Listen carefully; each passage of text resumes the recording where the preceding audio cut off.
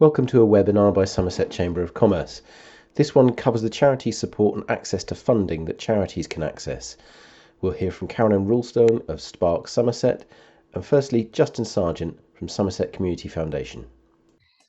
Probably for all of us, certainty, because we know what we've done, to, as we go further into the next few months, uncertainty. But what I'd like to invite you to do is to think about and perhaps share with us and with each other what you think about the next few months and what the opportunities for us as a sector is coming out of this. Because one thing that I've been reflecting a lot on is so much of the media attention has been focused on the loss of income to charities, which is of course critically important, and I know a lot of organisations are facing real survival stresses, but I do think it's been at the expense of what charities are actually doing in response to coronavirus. There's been a lot about the spontaneous voluntary groups. There's been a lot about the frontline workers in the NHS and social care. But what we've seen, and I think what hopefully you've seen, is charities doing an amazing amount of work in incredibly innovative ways at the drop of a hat. And I just think that narrative has got lost. I think that's something that we need to celebrate and capture, because the way we get through this and out of this as a sector is by celebrating those strengths. So that's a kind of I don't know, that's a little call to arms in some way. So what was it? It was just over a month ago we all started working from home in the foundation, and we very quickly launched an appeal. I think we closed on the Tuesday, closed the office on the Tuesday, went home, and on the Thursday we launched our appeal. And within about 4 or 5 days, we were making our first grant. So Andy Ridgewell, who many of you know, one of our grants managers, just sent an email around on Friday, so it was exactly a month since we made the first grant. So we're building what we're calling a coronavirus response and recovery fund, and we've used those two words. It's a clumsy title, but the response is about what's happening now and what's going to be happening in the next 2 or 3 months. But we recognised very, very early on that there would be a recovery phase for our communities, but also for the sector, and we recognise that we should have a role around that. The fund is being made up of so I got to straight. I forgot I had a cat in my bedroom here, so sorry, I just forgot. It's just woken up. The fund has 3 elements feeding it in terms of income. There is our local appeal, which is an appeal to the general public, but I think we've been very clear that we understand that a lot of people may not feel as though they can give financially at the moment with all the uncertain situation in 2014. This is about everybody being affected. We've approached quite a few local trusts and funders that we already work with and existing fund holders. We had one very generous couple who put £50,000 of their own money into the fund. So we've had some of that. So there's local money. We've raised about 150,000 from that. We are distributing money that's raised by the National Emergencies Trust, which is about half of our fund. And then we're repurposing funds that we already had that our fund holders have agreed for us to use in a different way to the ways that they perhaps originally intended. Those of you who know our model, we manage about 90 funds.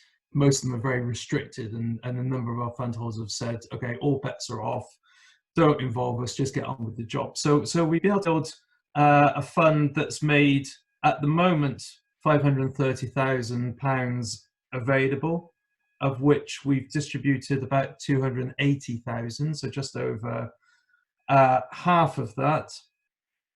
And we've supported 112 organisations. Now, typically, because we're a community foundation, we're focusing on smaller organisations. We're focusing on very frontline, nimble responses, quite short term, and so the average grant's been about £2,500. So that's the sort of metrics of what we've been doing. We've seen very early on a lot about food distribution. So a month ago, when the shelves were empty on supermarkets and food banks were running short of stock, our original focus and a lot of the original requests that were coming in were around infrastructure for food distribution. That's still happening, but that's dying off, and we've seen quite a lot of mental health projects coming through, quite a few charities just adapting their normal models of work to a virtual or an online platform, and we can see that took sort of 2 or 3 weeks for a lot of charities to get set up. But we've been funding quite a bit of infrastructure, IT equipment, Zoom licenses. Zoom have done incredibly well out of us, I tell you. So we've seen that sort of transition, and that's been really the first phase. So very fast. Most grants decided within 24 hours, certainly 48 hours. Very quick governance, light touch decision making. That's been the first phase. And if I can be clever, I'm going to share with you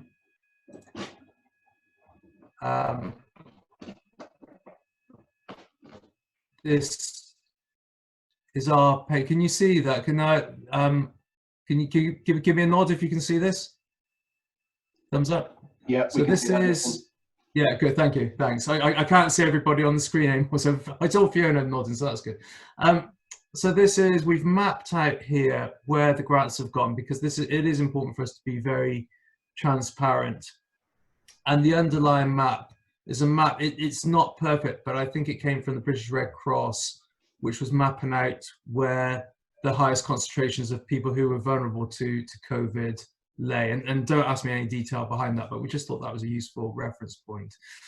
But what you can see is that we've got a good distribution of grants, a lot around Taunton here, because a lot of charities are based in Taunton, but they're delivering services over much wider areas. But you can investigate that. You can click on the dots and they tell you who's doing what where, and then we've got our list of all the projects we've supported. So for us, that's been, like many of you, just completely changing overnight how we do business as usual. Now I'm going to try and work out how to stop sharing. There we are. So that's on our website. That's our first phase. We've seen in the past week quite a drop off in applications. They're still coming through. Those small, responding, adapting applications are still coming through, but they've really dropped off. And what we're beginning to have is conversations around a second phase of grants, which will be a bit more strategic, probably a little larger, and trying to fill gaps, some of the geographical gaps, but certainly some of the gaps in the types of causes that we've reached.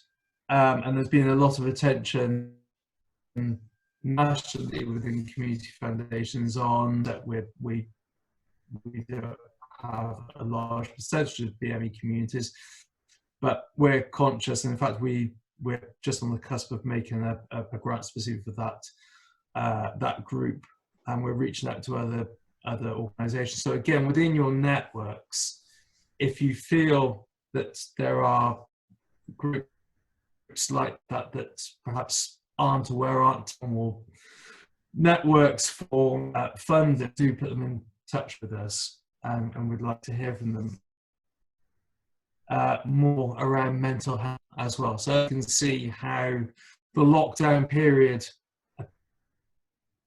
appears to be rolled, and it's going to be perhaps longer than we thought it would be initially. With the organisation, so we can see what we need for 3 or 4 months, and can about funding needs for that, but still a COVID response.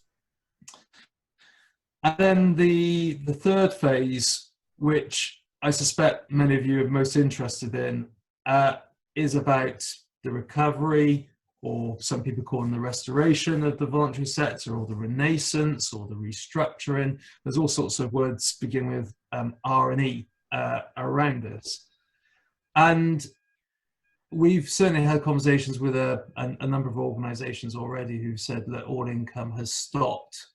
We've been encouraged over the years to become self-generating, to become self-sustaining, and that's great, and to become independent. But when the economy goes bust, then we're left standing. And those that have actually relied on grants, I know, have had most grant funders have been quite sympathetic about how people use their grants, and commissioners likewise.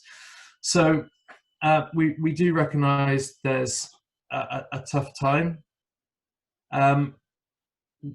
With the best will in the world, the level of demand that's out there to plug those income losses is way beyond the means of the foundation to meet alone. So what we're doing is looking at what other funders are going to do, and particularly what the lottery is going to do, because they are going to absolutely dwarf the money that we've got at the foundation. I think what we've got is excellent networks to reach out into our communities, out into the sector. And to be honest, the way that my team has responded, we've got this money out so quickly to so many organisations, is a testament to that. It's not to me, but to the team. So we've got knowledge, and we've got reach, and we've got intelligence, and I invite you to share your thoughts and insights with us as well. But if the lottery money that's coming from the government, the government money that's coming through the lottery to our communities for local charities, whatever that means, is distributed on a per capita basis, I reckon that the lottery is going to have about 3 million for Somerset. So that's going to dwarf us. And of course, local authorities and the NHS will also hopefully play their role. So we're holding back from responding to crisis funding for organisations until we know more precisely the role that we should play in that mix, in that ecosystem. I hope that we can get to that point really quickly. I suspect we're a few weeks away, to be perfectly honest. The lottery is still clearly working through its strategy, and we're in touch with them. It might be that we can do some things together. But I mean, I don't know, but I suspect for most of you that's where a lot of your thinking is as you think about your forecasts ahead and your own organisations. So I think that's all I want to say about what we're doing. But just to go back to my original point, I understand there is a lot of pain and a lot of concern and a lot of stress in the sector, but I think there is a tremendous opportunity for us to also make very clear how the charities in the county have really stepped up and responded to this, and the importance of community level action in whatever comes next in our communities. So that's me. Thank you, Justin. That's excellent. Thank you very much. It gives a good idea of what support is out there, and it was good to glance at that list and see some familiar names on there that have benefited from the foundation. So thank you very much. I'm going to hand over to Carolyn. Carolyn, if you'd just like to give yourself a brief introduction. I know that you've got a PowerPoint which I'll be running through, so we'll start doing that when you're ready, and just let me know when you want to change slides. Okay, brilliant. Thank you so much. Excuse me. Hi, everybody. I'm Carolyn. I am the funding advisor for Spark Somerset. I provide funding advice for charities and community groups throughout the county. I have been working away in the background trying to collate huge amounts of information that are out there. I know that it's a very challenging time for everybody, and everybody is worried about money, but there has been a massive response from funders and from supporters, whether that's volunteers, whether that's promises of money, whether that's individual support.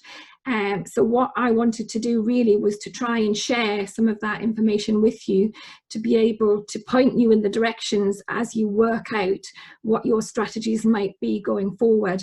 And Justin's absolutely right in that this is almost like the next phase of the approach that everybody is working through at the moment.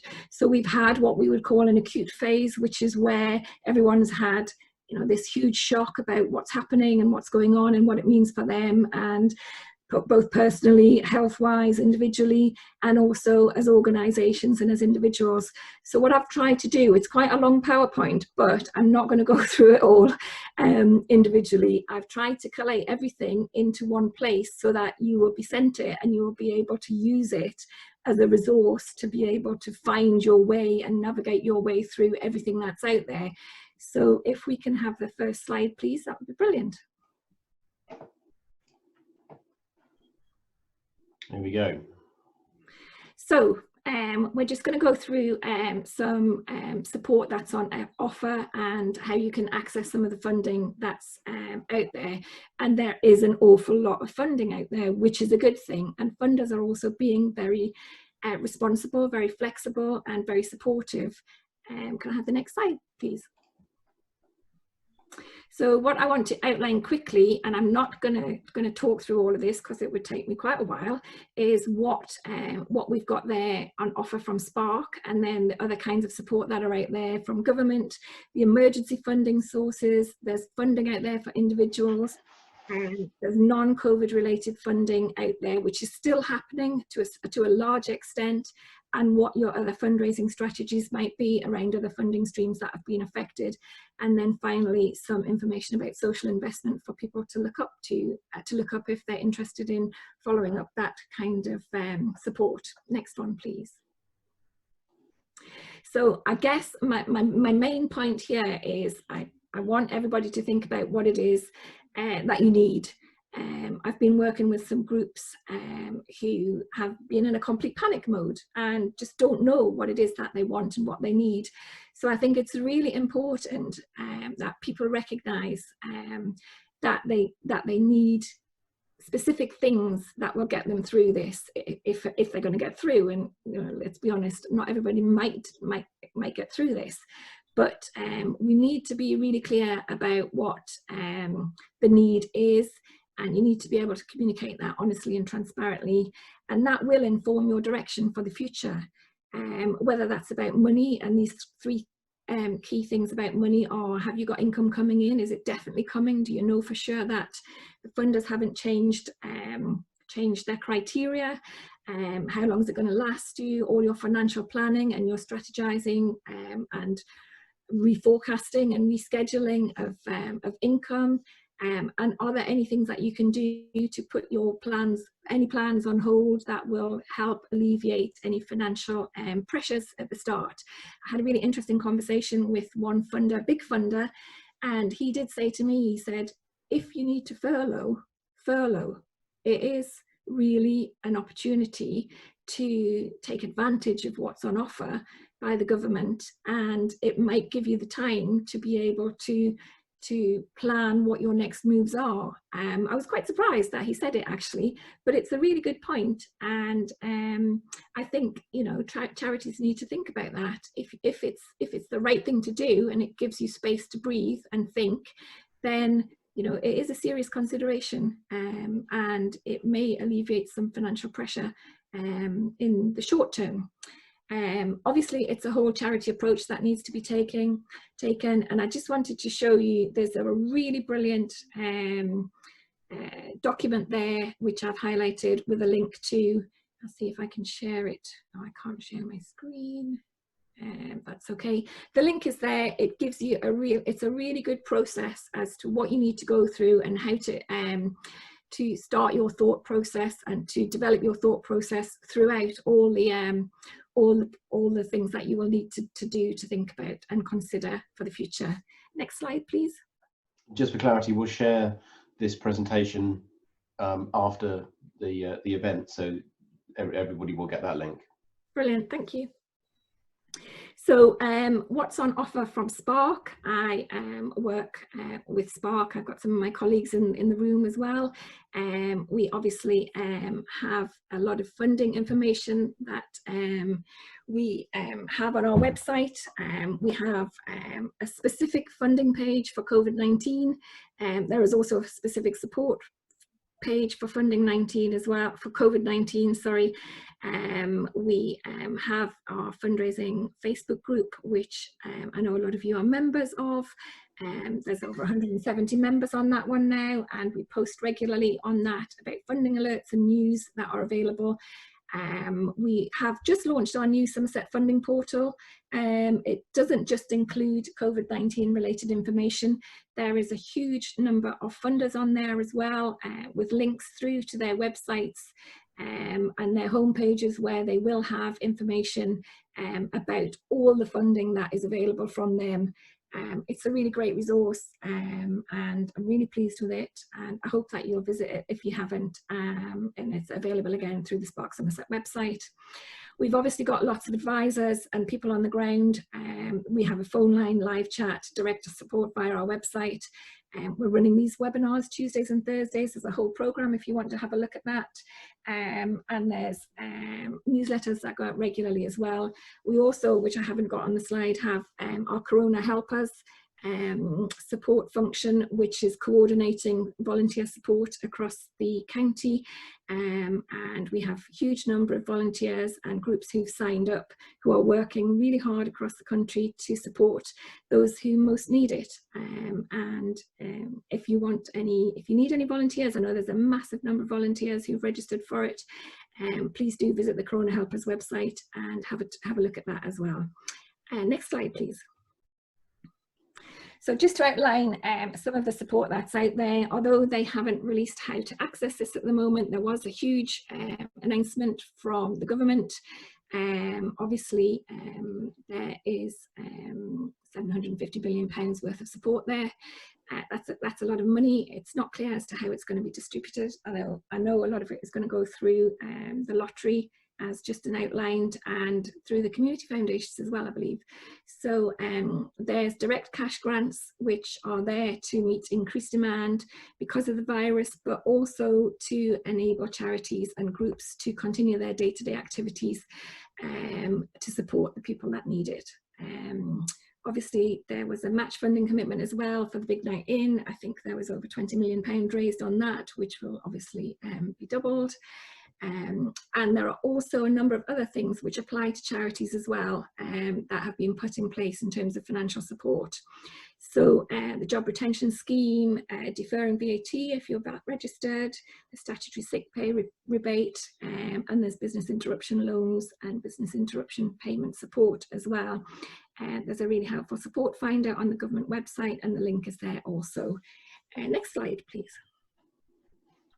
There is an enormous amount of emergency funding sources out there. I can't begin to tell you how long the list is. It's quite mind-boggling, and that's why it's really clear that you have an idea of what it is that you're looking for in terms of support. We've obviously got a funding portal. There's all the grants databases which are offering some free services at the moment, which are usually paid for. Grants Online have a big list of coronavirus emergency funders. The new Charity Excellence Framework funding database is all free, and you can search that via region, via sector requirement.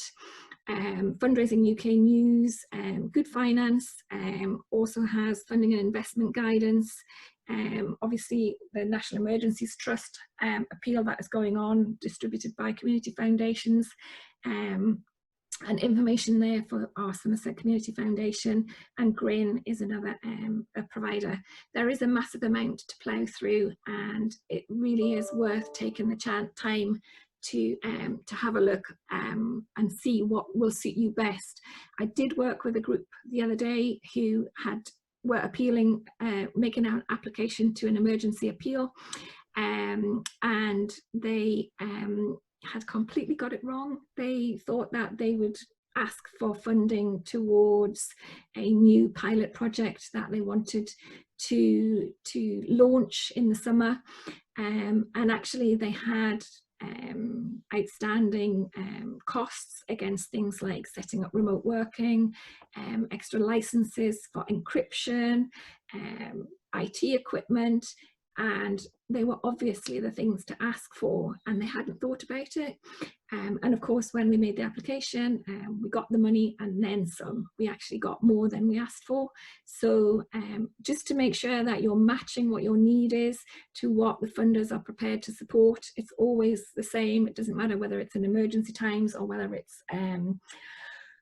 it's just any kind of application that you're making. It's always really important that you match your need to what the funder's prepared to fund, and you need to look into that a bit more closely.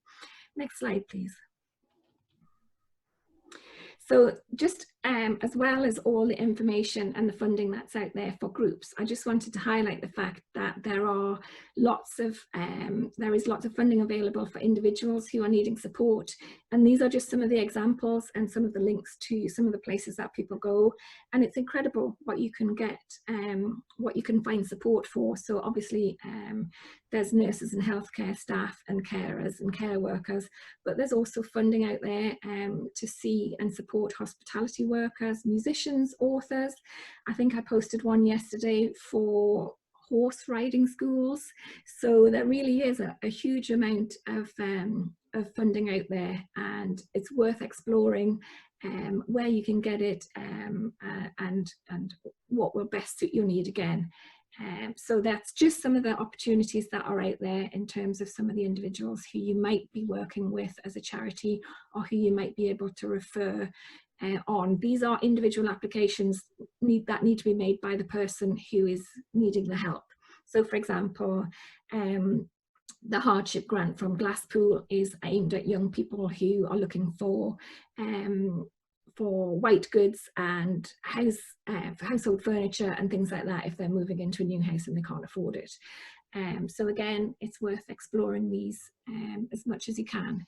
Next slide, please. So we are also talking about the fact that there is a lot of non-COVID related funding out there. There are existing grants and grant programs that are still running.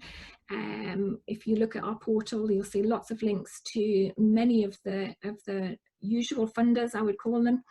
And if you follow them up, you'll see that some of the programs are still running as normal and not just COVID related or emergency kind of funding around the virus. If you've got grants in hand, or if you're in the process of applying, some funders are still taking applications, as I say.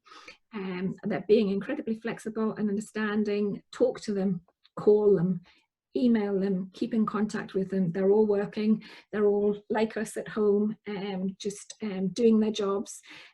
Let them know if there's any impact on any funding that you've got, if there's any changes in your service delivery, if you've had to shift from a face-to-face to an online service, and how that's going to work and what impact that might have on your reporting and your deadlines. If you're struggling with resource to meet your deadlines, if you've got reporting coming up because you may have staff off sick, let them know. They are being incredibly understanding, but don't just assume that they'll support you if you haven't discussed it with them. Next slide, please. And the big thing is to think about your fundraising strategy. As Justin said, you know, we're in a kind of a phased approach at the moment. We've had the acute phase. People are starting to think about what the panic phase, I suppose, is what I'm trying to say, is past us now. And I think people are beginning to settle down into the way things are and what the implications are for them. If you've had funding streams like community fundraising and events that have been hosted, you're likely to be impacted hugely by what's happening at the moment. I suppose some of the examples are the London Marathon, which was due to take place at the weekend, which has been replaced by the 2.6 challenge. I think the London Marathon usually raises about 60 million. 2.6 challenge raised over 5 this weekend, so there's a long way to go, but things are happening. There's a lot happening on crowdfunding. Now, there is a new player in the market when it comes to funding, which is the NHS, and we won't go into the politics of that because I might get carried away.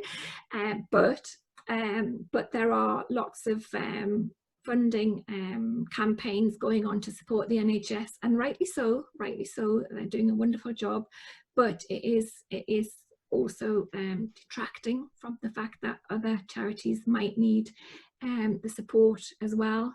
So I'm aware of that, and I just wanted to make sure that that everybody could think about what's happening, the online options for event fundraising. Can you do a quiz online, that kind of thing, and if you can possibly avoid any of your bigger community fundraising events being cancelled completely, try and reschedule them, plan them for later in the year in the hope that things might get back to a more normal, and that they might be able to go ahead. Keep building on your relationships with your supporters, your funders, your corporates, anybody else who supports you. And at the end of the day, you might have to revise and review and reforecast budgets again and again and again as things shift, and as funding comes in or funding falls away. You just need to be ultra flexible and adapt your strategies as you go along. There's some really good advice on the Institute Fundraising website as well. So there's a link there for you to follow as well. Next slide, please. If that's not it. I did say I would touch on social investment. So there are some huge funds out there. They are effectively loans.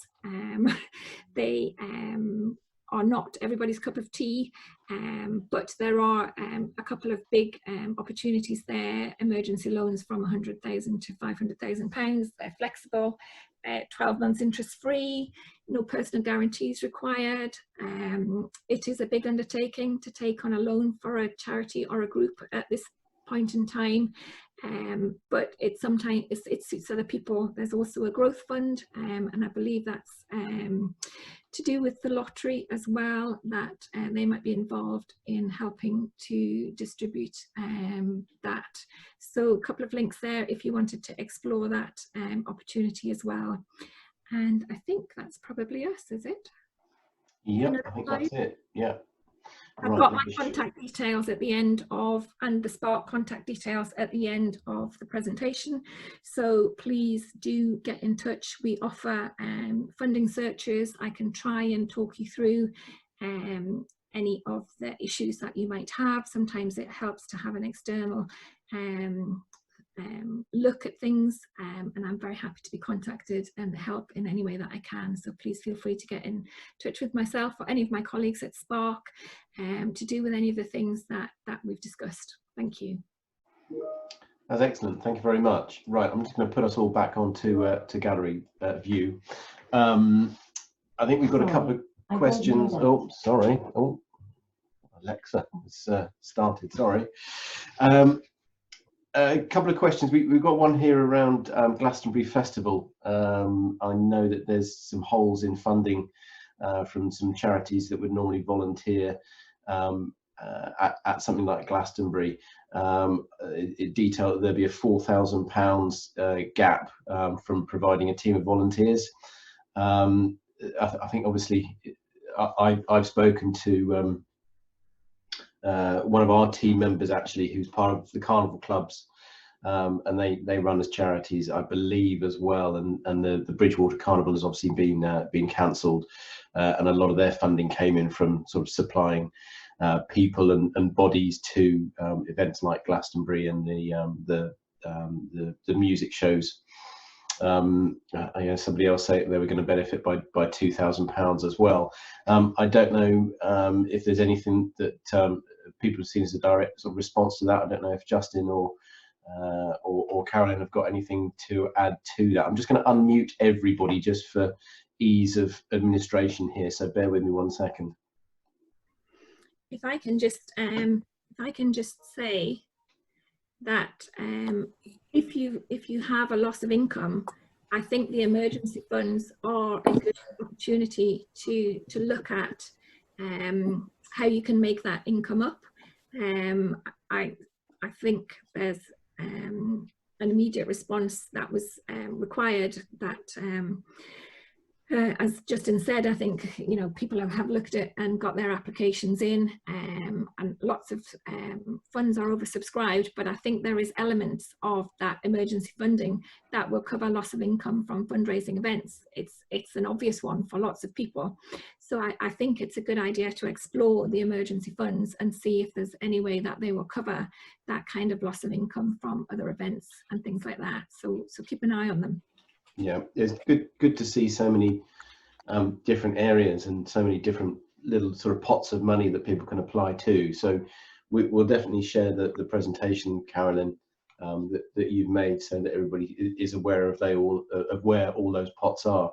Did anybody else have any other questions, maybe that weren't in the chat, that they wanted to chip in with now? Complete silence. Okay. Can I just make an offer that if we really do want to try and understand the scale of the challenge that people are facing, there's sort of loss of income and things might be tough, and we may have to stop some projects or do less work this year, which is going to be hard when demand on our services might be more. And then there's threats to survival of organisations, and I don't expect people in this sort of forum to necessarily share that openly. But if people want to confidentially let us know, it'll help us think about the impacts. As I said, I'm caught and I wave, and it depends as much on whether the sun's shining. So today's not a great day, but I can be really optimistic. And so if we get this right, there's a huge opportunity for our sector to land its positioning within the overall system of health and social care and so forth. And when it's gloomy like this, I know that we will probably lose some very, very good organisations, and the scale of that is difficult to grasp at the moment. I do think that the figures that are banded around by NCVO were exaggerated. I think the bigger threat is that organisations will be desperately weakened by this.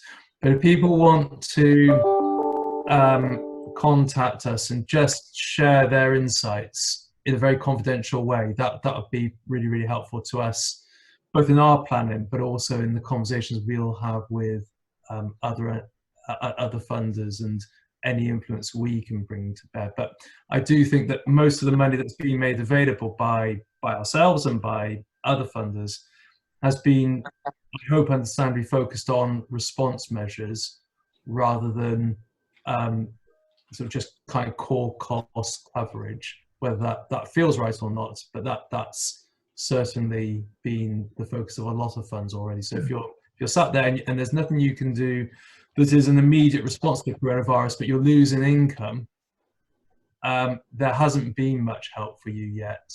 And I sincerely hope that's going to change. Yeah. Okay.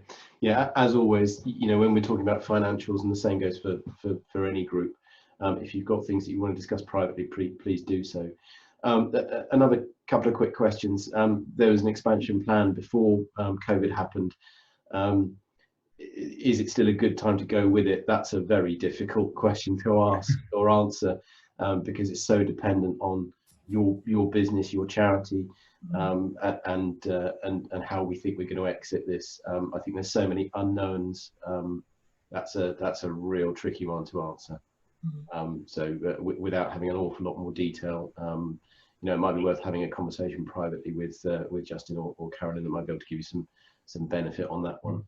One of the other issues that's coming up a lot from most groups apparently is they need the rent covered.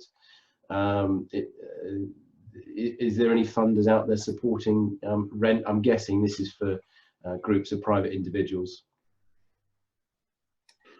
This has come up a few times where charities have had to just cease their activity because they're based in a building, they haven't been able to necessarily adapt. but they've still got their fixed cost outgoing. And you know, I have to say, I don't think there's a lot of money around just for straight, you know, coverage of those sorts of fixed costs. I think there will be, and you know, charities will be dipping into their reserves. I mean, a lot of small charities have very, very thin reserves, so we are, you know, we know that there's a clock ticking. Can I just add a comment about rent? Sorry.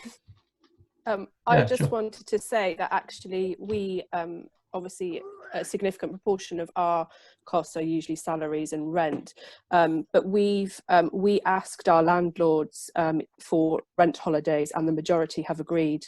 So it's not a long-term solution necessarily, but it is potentially a short-term solution. Yeah, and we're seeing that with a lot of organisations, that actually a conversation with their landlord is being quite positively received. I think a landlord would much rather you were there in 3 months' time with an organisation to run than not. So I think they understand the pressure on that front. And I think that there are core costs, I suppose, and overheads is one of them that funders will start looking at now. There are a couple already that I've seen that are looking at, as I said, the next phase, the acute phase being over, and the direct response and the immediate help that was required. And now it's about sustainability. It's about how people cover those. And I think that's why important that the furloughing one was so important, was because don't just keep your staff on if you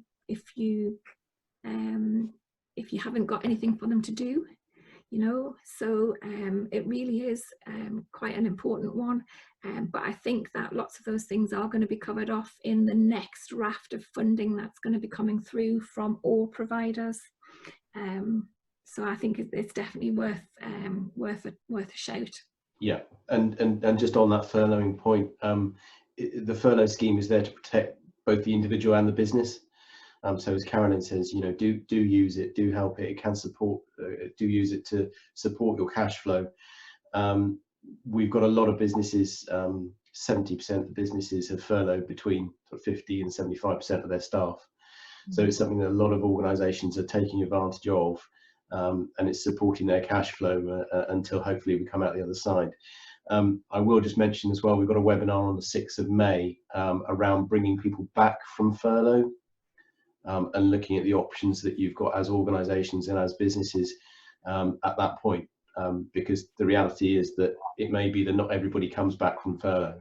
Businesses may need to restructure and make redundancies. So it's absolutely vital that you make those decisions using sound advice. So we've got Clark Wilmot and Francis Clark, so a legal firm and an accountant, who'll be running that webinar for us. That's the 6th of May. If you go onto the website, you can find details of that one to log on to. Unless there's any other questions, I'm going to bring this to a close. I will ask everybody just to hang on for a couple of minutes or just 30 seconds after I've said thank you to Justin Sargent from Somerset Community Foundation, and to Carolyn from Clark, Spark Somerset as well. There's some really good information there. We will share obviously the slides as well, so and their contact details. So if you've got questions, obviously feel free to get in contact with them as well.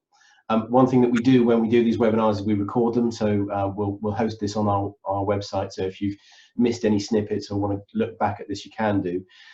One thing I will ask, if it's okay for everybody, is if we can just get a quick screen grab